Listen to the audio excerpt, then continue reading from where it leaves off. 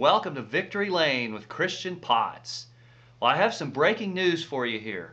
Kyle Busch is a pig.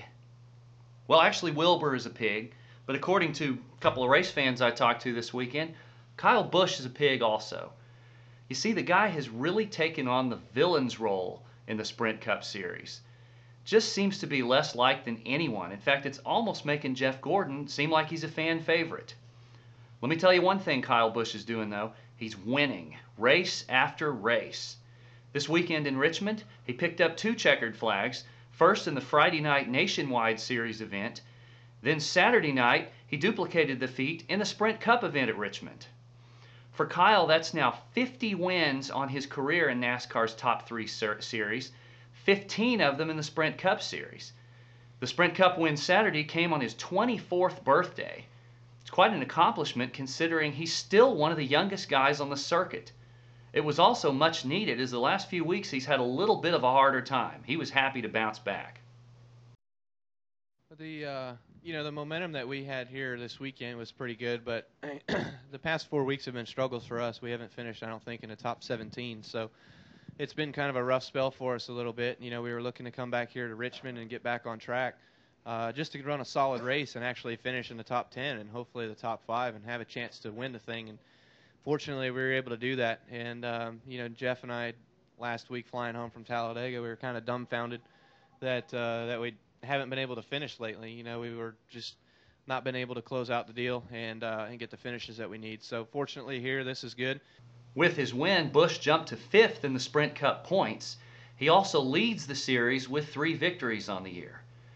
That's quite an accomplishment considering the real parity you see at the top. It's just tough to run up at the front every week. Tony Stewart has 7 top 10s. That's the most on the series. We are really seeing that the new car of tomorrow, which is really now the car of today, is bringing parity into the game like never before. Jeff Burton, who's 7th in the point standings, finished 3rd at Richmond, talked about how racing has changed just in the last couple of years. What's amazing to me is how close the cars run in speed. If you, and I've gone back and looked at my wife's recordings of lap times, the car that's running 8th and the car that's running 20th after 20 laps are running the same speed. You get this pack of cars and everybody runs the same speed. So little things make a big difference. Well, if you can't tell from listening to me by now, I've been sick for about the last week, and Wilbur, it's not great being sick. I've gleaned a few good things out of it, though. First of all, Wilbur, I hate to break it to you, I don't have the swine flu. It's not quite that bad. Would have been fun being the first guy in Oklahoma to have it maybe, but no good, so you're out of here. A couple other good things I have found out. First of all is this deeper voice. I mean, gosh, I sound like the announcer guy. Maybe we'll get a few new fans or groupies out of this new sound we have. The other good thing that's come out of the weekend, though, was a lot of time laying on the couch, resting up, eating chicken noodle soup, and watching sports. Saturday was really one of the great sports days we've seen in a long time. Just look at everything that went on. 50-1 winner wins at the Kentucky Derby. Ovechkin and Crosby square off in the NHL playoffs. We had the ending of the great basketball series between the Boston Celtics and the Chicago Bulls. The most hyped boxing match in months took place. And Tiger was in contention on the PGA Tour. Right smack in the middle of all of that was the Saturday night NASCAR race at Richmond. And you know what? Racing industry held up pretty well. The full ratings will not be out until later in the week, but we know that NASCAR has done well recently. The week before, the race at Talladega actually outdrew the NFL draft and all of the NBA playoff games. I talked to all sorts of people whose pick on Saturday night was not one of these other sporting events, but was actually watching the race. It was entertaining. Kyle Busch gets a late race pass of Jeff Gordon, holds off another star, Tony Stewart, for the victory.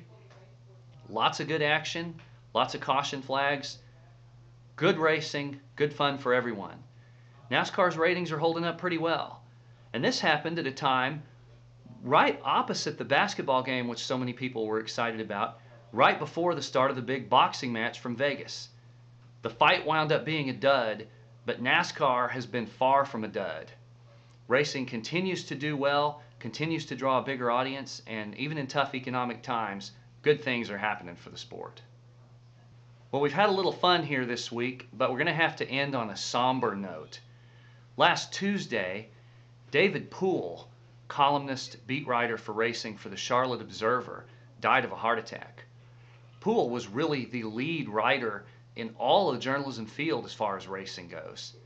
He was a guy that I admired from afar for years for his ability, his coverage on race days, his coverage through the week, feature writing, column writing. He was really a guy that had his fingers on the pulse of the sport. Very well respected all around the garage area by the drivers, teams, owners, and the other journalists as well. Poole's loss really hurts not just the sports journalism world, but also the NASCAR world as well. David Poole was 50 years old.